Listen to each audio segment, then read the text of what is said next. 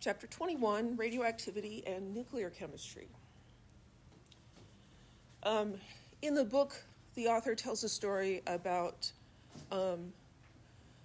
his brush with appendicitis and how that can be diagnosed. If you want to read that story, you go ahead. It's a good story, but I'm not going to tell it to you. This chapter is about radioactivity. What is radioactivity? It's the emission of subatomic particles or high-energy electromagnetic radiation by nuclei of certain atoms.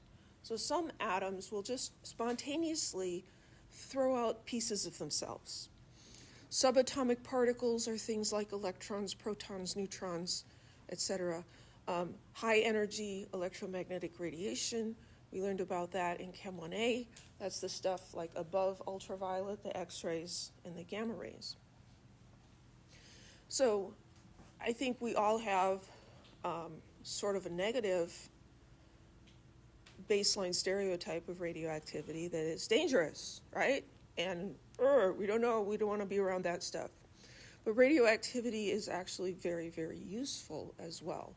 And nuclear medicine is an area of medicine that makes use of this potentially dangerous thing. Because, when you think about it, everything is hazardous at some level, right? Too much water, right? You drink too much water, you'll deplete your electrolytes and you'll die. Too much oxygen will kill you too, but also not enough, right? So it's a balance in everything. And so too much radiation, absolutely bad, terrible. But a little bit of radiation can do a lot of good. So radioactivity can be used to diagnose and to treat diseases. Most radioactive emissions can pass through a lot of different types of matter.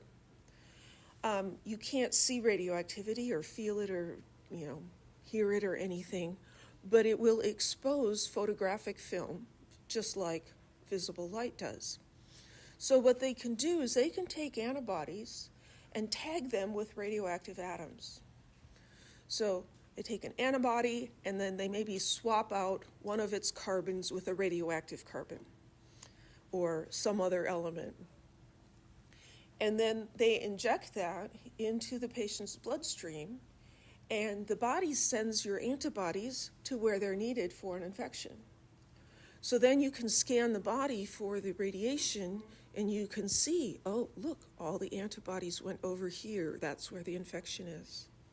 That's just an example of how they can use it to diagnose things.